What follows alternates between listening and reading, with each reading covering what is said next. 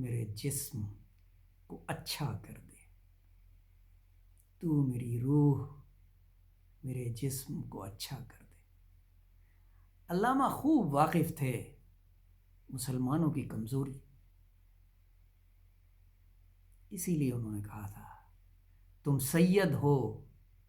تم مرزا ہو، تم افغان بھی ہو، تم سید ہو، تم مرزا ہو، تم افغان بھی، تم سبھی کچھ ہو، بتاؤ تو مسلمان بھی ہو؟ تم سبھی کچھ ہو، بتاؤ تو مسلمان بھی ہو۔ علامہ بہت بڑے آدمی تھے، بہت بڑے آدمی تھے،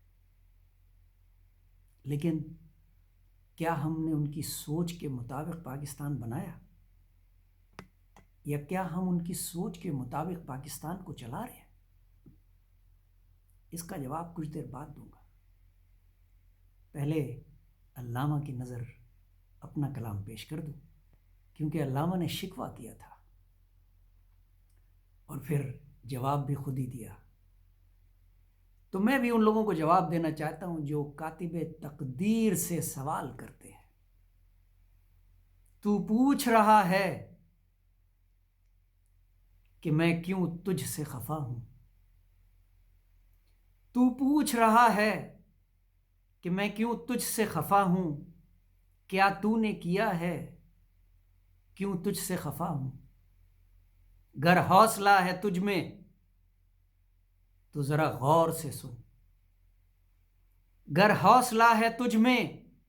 تو ذرا غور سے سن، آ تجھ کو بتاؤں کہ میں کیوں تجھ سے خفا ہوں،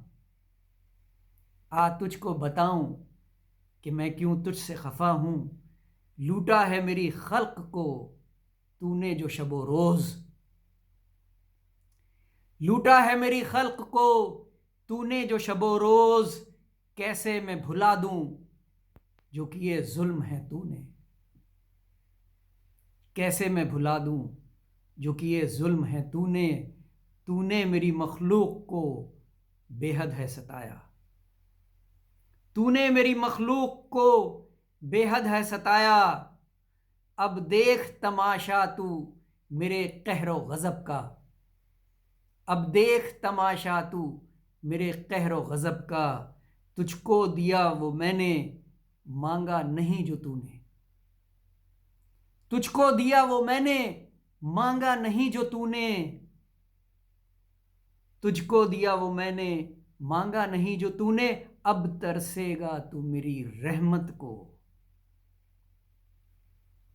اور ان کے نظارے،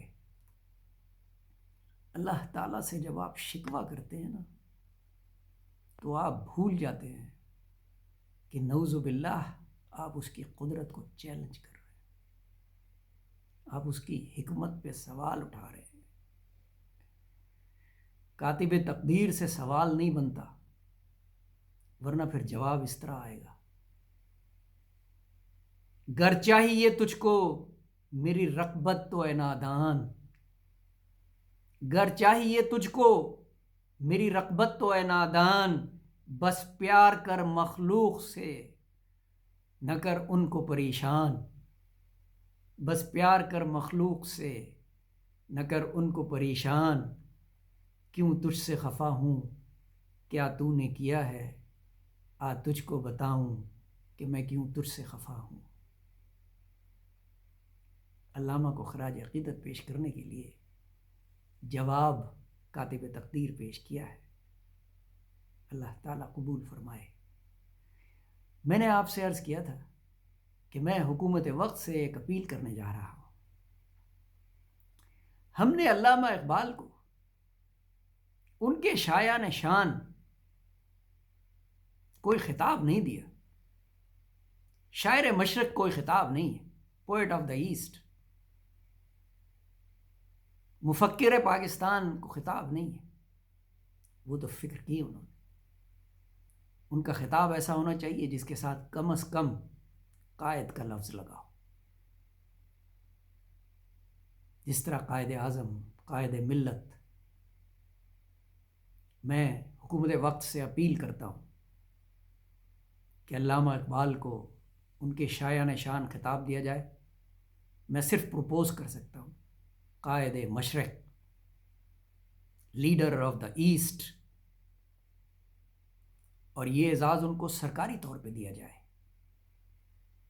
ہم 9 نومبر کو ان کے مزار پہ گارڈز کی تبدیلی تو کرتے ہیں،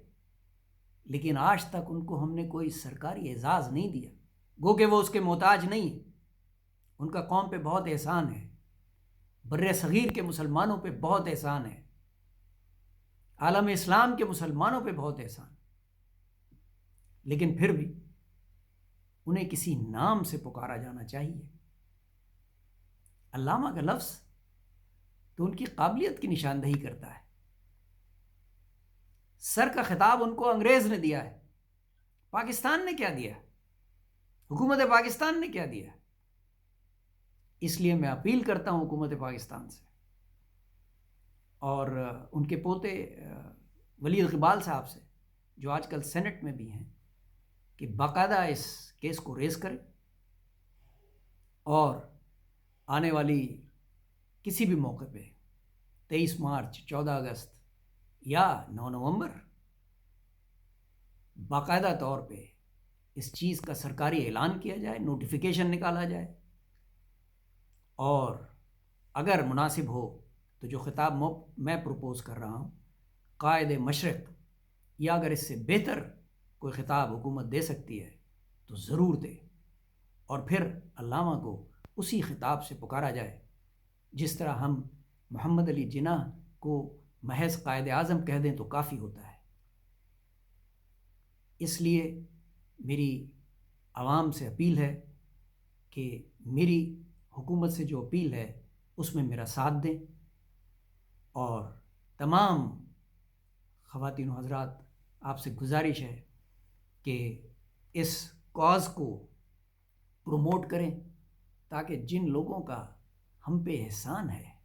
ہم کم از کم انہیں ان کے صحیح نام سے تو پکاریں۔ بہت شکریہ، اللہ حافظ۔